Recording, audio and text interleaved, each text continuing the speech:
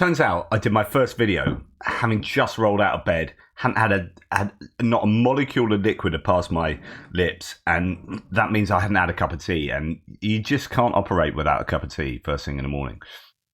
My beautiful lady has just delivered me a cup of tea, and I'm forever grateful. It's the little things in life that allow us to keep operating. Hello team, welcome to another ATP Geopolitics video with myself, Jonathan MS Pearce. This is a Ukraine War news update, second part thereof for the 14th of January 2023. Let's get 2024. God, I'm really struggling with what year I exist in. Right, so Exit 266 says, and I've interviewed her, I'm hoping to interview her again in the near future. She is talking here about economic support for Ukraine. Now, I have to say, I'm a much bigger fan of Nikki Haley as a potential president of the United States compared to Trump, Ramaswamy, DeSantis, and the other people who she's running against, because she is very strong on Ukraine. As a Republican, she is kind of adopting that kind of Reagan Republican stance. However, I have to call her out on one of the things she says, and I kind of understand why she says it. It's like, we're not going to give money to Ukraine, we need to give weapons. If you give money, it's not accountable, we don't know where it's going. Actually, that's not true. We do know where it goes. You know, it is accountable. And it's also super important. And here, Exit says, I will continue to point out that economic support given to Ukraine is as valuable as any artillery shell. You cannot win this war without it. If Ukraine were to economically crumble into, be pulled into an economic black hole, then they would be unable to fight the war. It'd be pointless giving them weapons. What would they be fighting for? The country would just be in complete chaos. They wouldn't have a citizenship that could have access to healthcare and have pensions to pay for no welfare system, no education, so on and so forth. You know, money is super important to keep the thing that is Ukraine existing, so that the armed forces can fight for that, right? As Robin Brooks says here, Ukraine in December 2023, so the last month, recorded the worst month for official FX reserve losses since right after Russia invaded. If there's any hiccup in Western funding, time will run out quickly for Ukraine, even as money keeps pouring into Russia thanks to the EU and its Greek shipping oligarchs. This is a real challenge for Ukraine. You can see the reserves did quite well before the war started, then Bosch, real hit just after, and then sort of trying to climb up a little bit, or at least not as bad losses, and then another hit in December 2023. So it's really important that Ukraine is able to sustain itself economically speaking. But actually, it's never going to be able to sustain it itself on its own in the middle of a war against the second greatest army on earth, right, supposedly. So they need assistance. They need military assistance, but also economic and financial assistance too. Okay, the head of Ministry of Digital Affairs or Digital Transformation, Mikhailo Fedorov, calls on Ukrainians to take courses and create FPV drones at home. I talked about this the other day, how Ukraine are facilitating home production of drones, such that there's this online portal that you can register, then you do a course, then you build a drone, then it gets tested, and then it gets sent to the front line. And this is awesome because it allows, this almost blitz kind of, Second World War feeling I get of like everyone pulling together to help our boys on the front type thing. Well, this is, right, everyone pulling together to make munitions at home. You don't even need to go and sign up to work at the local munitions factory. It's like you can do this at home and you can help. And you can be physically infirm, possibly, and be able to help. You do a course, learn how to make a drone, get the stuff in, and then make that drone at home and get it sent to the front line, and you can help. So as part of the People's Drone Project, a training course starts every 2 weeks where everyone could get free access to lectures and learn about the list of components and materials needed for assembly. Ukrainians will also be able to ask questions to the instructors.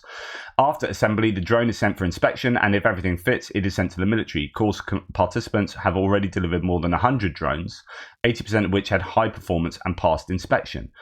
Okay, so that's 80 out of the 100 drones that they produce managed to get through, but you would hope that the people whose drones were not did not pass would then get feedback and they would improve, and so it's an ongoing process. This, I think, is really brilliant, and I hope that this scales up because, you know, after all, Fedorov is appealing for more people to get involved.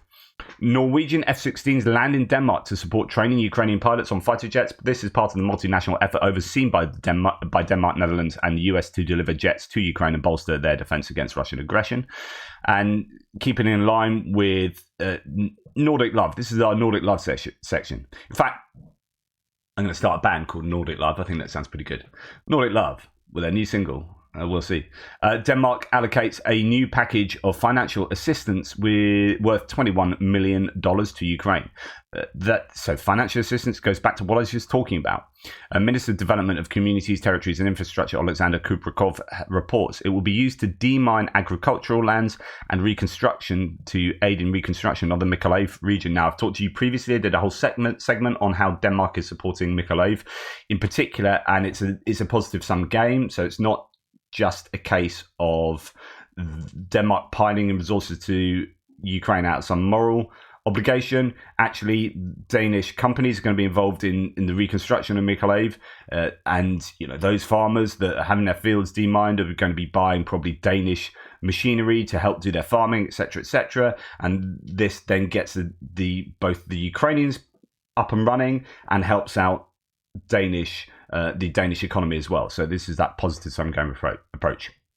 All right, one of the culprits of recent Russian armoured attacks running into a hail of ATGM fire in the open. A US-supplied Humvee in Ukrainian service armed with tow ATGM launcher. Now, the only reason I'm showing this is that when we see, and we often saw this with the PDA, the Presidential Drawdown Authority packages that the US gave to Ukraine, when we see those packages, almost always having tow missiles. I was always telling you were tow missiles on top of Bradley because that's one of the main places you see them. But actually, no, they're on top of Humvees as well. And so that gives these quite mobile platforms. Okay, they're not the greatest armored vehicle, the Humvee, which is why MRAPs are sort of invented. But these are mobile, useful vehicles for moving troops around. You put a tow on top of that, and then suddenly it becomes an offensive piece of kit as well. Really useful. Right, Russian prisons apparently are cutting off the heating in order to force prisoners to go to fight in Ukraine, according to Bild. Now, this is a German tabloid newspaper, so pinch of salt.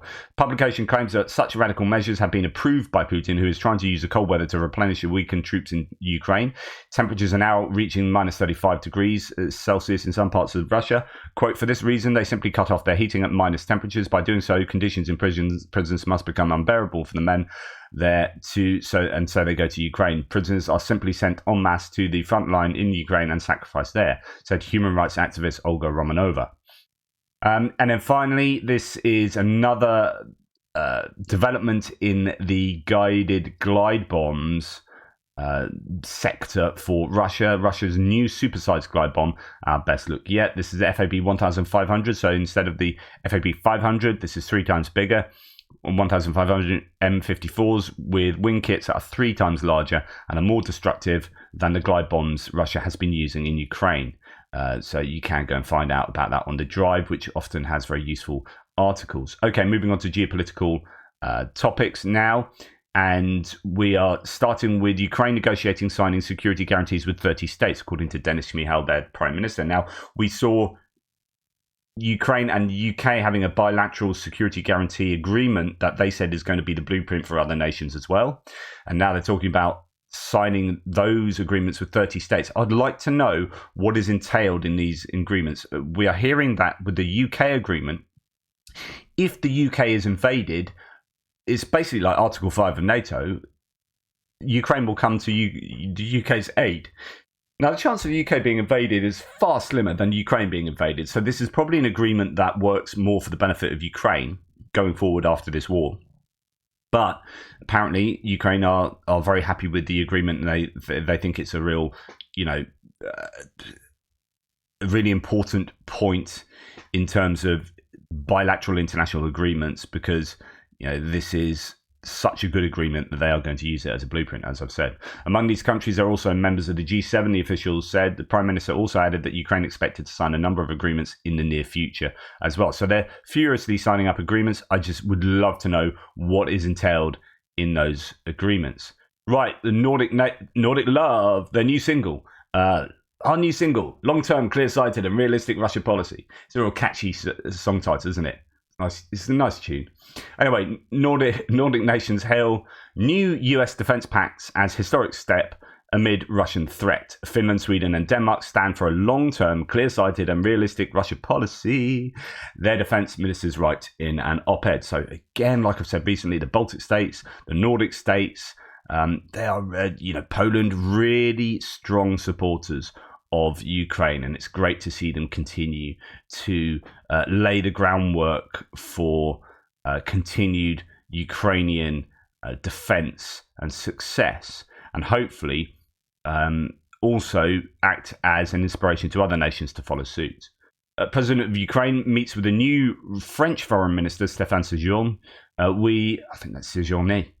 We discussed our defense needs, joint production of drones, artillery, further strengthening of air defense, informed about the work on the peace formula, Zelensky wrote after the meeting. Good stuff there. Hopefully we'll see some tangible effects of that agreement, that meeting, with France stepping up more. I keep talking about how France are underperforming in terms of military aid, given that they are probably the second biggest arms exporter in the world, now that Russia will be dropping down the ladder. There are these claims that they are doing much more under the radar, helping out Ukraine in terms of intelligence. They have their own military satellites, France, which are very useful apparently, but also probably giving stuff to Ukraine without announcing it publicly. However, even given all that, the arguments still maintain that they are not doing enough. While Ukraine has been on an improving trajectory for the past decade around corruption issues, Hungary has been on a deteriorating trend. Hungary is getting more corrupt and Ukraine less so, writes Timothy Ash in his op-ed. Now, that I think is true, and it's worth remembering. The Hungarians, Viktor Orban, keeps accusing Ukraine of being corrupt, and that's his excuse for not providing aid often. But of course, Ukraine are moving the right direction. Hungary is the most corrupt nation in the EU. So I think there's an awful lot of projection there. There's an awful lot of hypocrisy. And it's just a very bad excuse for Hungary not to play ball. Now, this came and went rather quickly. Border guards. Romanian farmers block movement of trucks on Ukrainian border. Oh no, this is happening in Poland. Romania offering this new route that people can take instead of going through Poland, and then just as that is starting to come online, Romanian farmers are blocking movement of trucks on the border with Ukraine through the Siret checkpoints. Ukraine's State Border Guard Service reported yesterday. According to the service, quote, the reasons and the approximate duration of the blockade are unknown. However, the movement of cars, buses and pedestrians is being carried out as usual. And then, literally in the same 24 hours, the blocking of the border crossing by farmers in Romania has ended. No reason was given for why they ended their protest, but State Border Service of Ukraine says trucks, buses and all vehicles are moving freely again. I was wondering whether that would happen. The fact it happened and then stopped happening in the same day is pretty interesting, but nonetheless, there you go. And then we get on to a bit of US politics here. So, Speaker of the House of Representatives Mike Johnson said a delegation of US congressmen intends to visit Taiwan in May. Right. I'll be honest with you here, guys. This freaking annoys me. It pees me off. This tells you all you need to know about that man with that such innocent looking face. He's taking a bunch of, I presume, Republican representatives to Taiwan. I'm happy to go to Taiwan and look at the situation there, and I assume give funding to Taiwan. Why are you not going to Ukraine?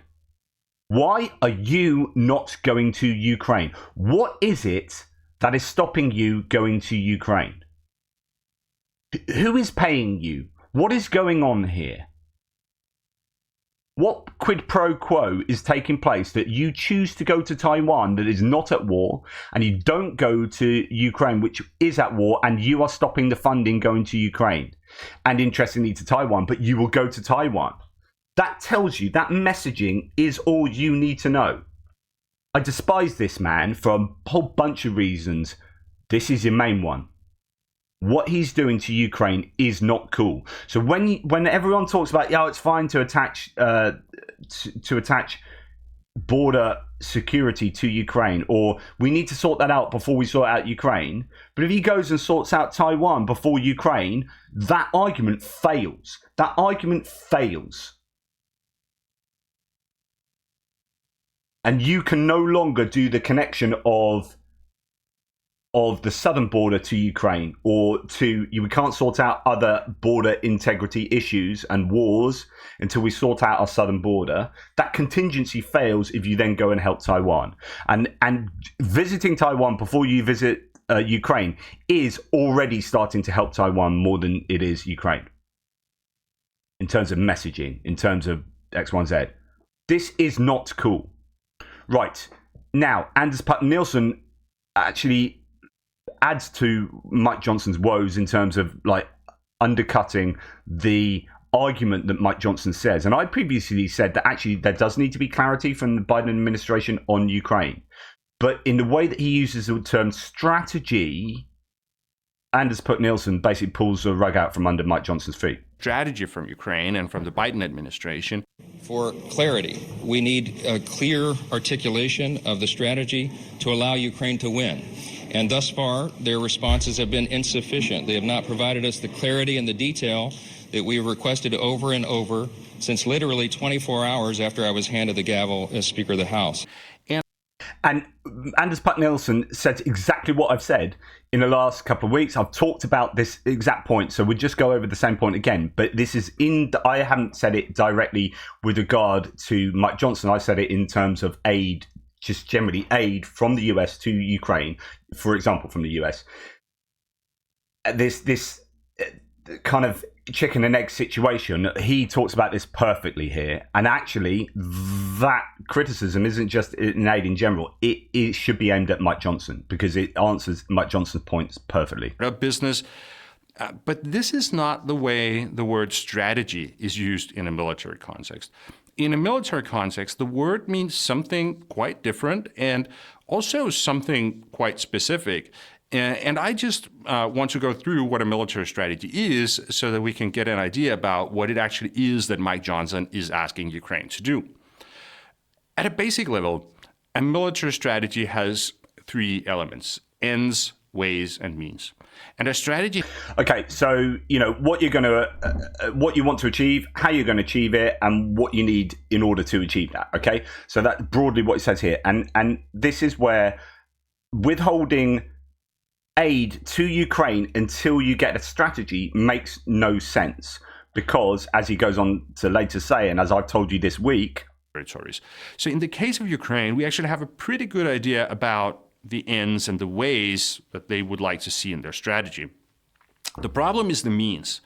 Ukraine doesn't know how many resources they will have because the West has been unable or unwilling to provide the weapons that they have promised. And this is where it gets problematic, that Mike Johnson is demanding a strategy from Ukraine before he can decide how many resources they can get. Because we get into a circular kind of argument where Mike Johnson requires Ukraine to deliver a strategy before he will schedule a vote on providing more weapons, but Ukraine will need to know what kinds of weapons they will have before they can make a strategy. So obviously there is a problem with Mike Johnson's argument, and the problem is that he doesn't really understand how military strategy works or how strategy is developed, because he doesn't appreciate his own role in making that strategy. A strategy is not just a document that is provided from the military planners in the Pentagon. A strategy is developed in cooperation between different actors in the political system, and these actors have different roles, and one of the roles of the U.S. Congress is to provide the resources. So this view of strategy, where it's not this linear process from ends to ways to means, but where there is a constant back and forth interaction between these elements, of course, that also means that the process of making a strategy is not just to sit down and write these things on a piece of paper. And imagine like a corporation. I know this from my partner who's a business manager at a school, right? And you don't make strategies for where the school is going without some kind of idea of how much that's going to cost and what each component of the strategy, what effect it has on the budget, and so on and so forth. And if you're in any kind of corporation or any kind of organization, if you set out a strategy that has no connection to the resources you have, so literally, whether it be buildings, finances, personnel, if you don't know what you've got, then what is your strategy based on? It's just some kind of wish list of like, our strategy is to take over the world. Because I can make that strategy because it's got no recourse to actually what we're able to do. So on and so forth. So Anders Put-Nielsen's absolutely right here. And hopefully what I do in these news videos, or all my videos, is try and join up all the dots for you guys so that it's not just about criticizing Mike Johnson because he's not doing enough for Ukraine, but it's also giving you the rationale why criticisms are well justified, and not only why it's a bad idea not to provide weapons, but also if you're going to give this rationale for not providing weapons, why that is poor rationale. And here it is. It's the chicken and the egg problem. You cannot demand from Ukraine a strategy without them knowing what weapons they are going to get from the US. You can't say, we'll give you weapons when you give us a strategy, because that strategy depends on you giving them, or them knowing what weapons you're going to give them. And that is the fundamental problem. And that needs to be communicated to Mike Johnson, because it is now how many months since this has been going on? And he's been saying that, as he said, since he banged that gavel. Well, fair enough. That's months now since you don't understand the problems with your own position. And people are dying as a result. Meanwhile, Russia's grip on Africa is growing by the day. A non-state house of Russia was inaugurated today in the capital of Burkina Faso. These houses are officially cultural centers, but serve as propaganda platforms in the Central African Republic. The Maison Russe also serves as a logistics platform for Wagner's gold, diamond and timber industries. This follows the opening in an as-yet undisclosed location of the Russian embassy in Ouagadougou in December 2023. I mean, this is all not going well. All the while, stuff is going south in, I guess, Yemen and Israel, Palestine. Now, we've had these marches, and indeed on, the edges of the White House last night, there was a big protest. It's just, sometimes it's also unnuanced. I've been having an argument over whether it is what Biden has done is constitutionally permitted or not. And there are some interesting arguments to be had there. And it depends kind of on the interaction of the Constitution, I think, and UN Security Council resolutions, as well as interpretations of the Constitution itself, both the first and second articles and whatnot. So those are your more nuanced approaches. But stuff like this annoys me. So this is, I think, chanting. I think this is in the UK.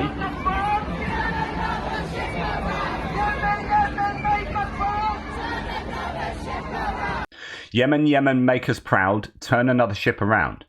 You've got people out there who, I'm sure they've got their lovely iPhones in their pockets, they've got laptops at home, and they've got their nice, clothing that they're wearing, going on these protests, go and turn another ship around. Where's all that stuff that you've got, that you have access to, that you use and you buy? Where's all that coming from?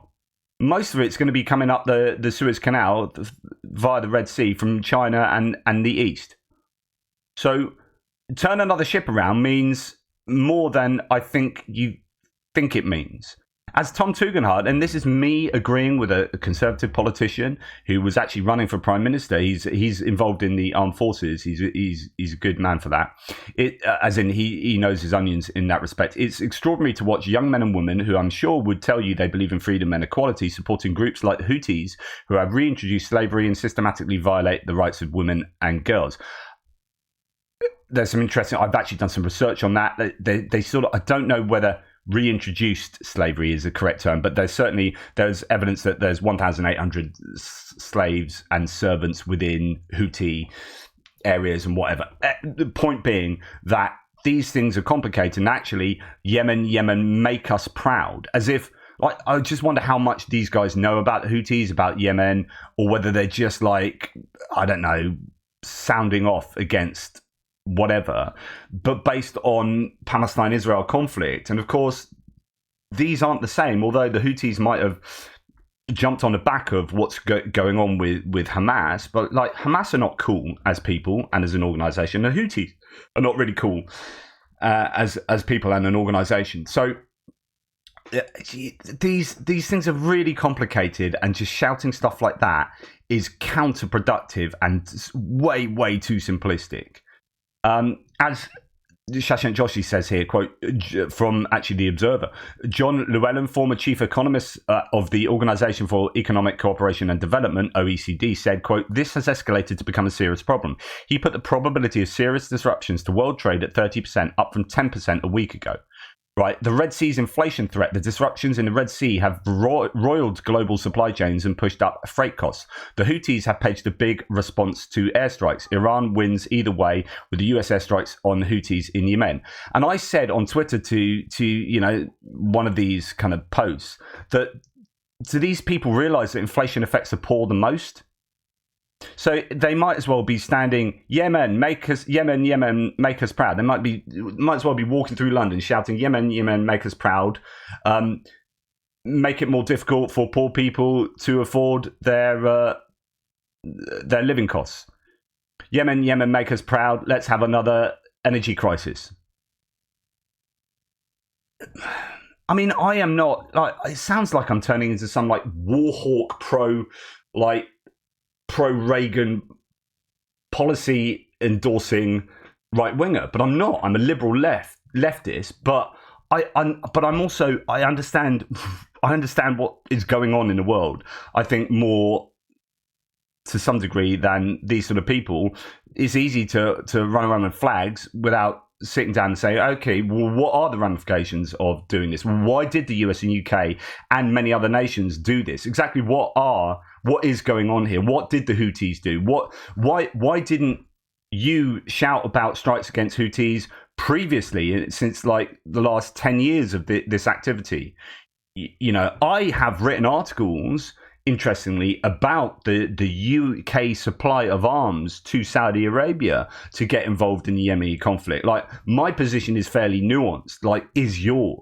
It just, I don't know. I think it's dangerous to be this simplistic, and the problem is, if we did, like, the question is, if we did nothing to the Houthis, what would be happening right now? Because they aren't just targeting Zionist Israeli ships. In fact, they attacked a Russian ship yesterday with sanctioned oil because they thought it was a British ship. And they have attacked other ships. They have attacked American warships, right? And so there is the idea of retaliation going on here, defending US interests as well as defending US,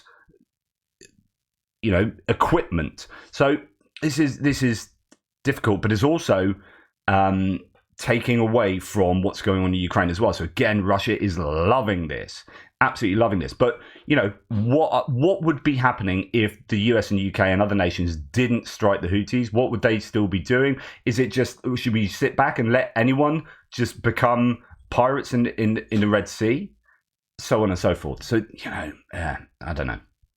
And in other geopolitical news, China is not a big fan of the latest Taiwanese elections, and they have voted in someone who they claim is a troublemaker and a dangerous separatist. It's actually the present ruling party has got in. They picked 64-year-old vice president, a doctor-turned-politician, William Lai Ching-te, to lead Taiwan through its testy relationship with China. It's an unprecedented third term for the DPP, a party China sees as skirting too close to its unquestionable red line, Taiwanese independence. So that is what's going on in Taiwan, just to give you a very brief kind of window into Taiwan. And that's good for Taiwanese independence, bad for China, and bad for the prospect of war. But, that would be a war that China would be bringing on Taiwan, and so we get back to analogues with Ukraine there. Thank you for watching. Please like, subscribe and share. Take care. Speak soon.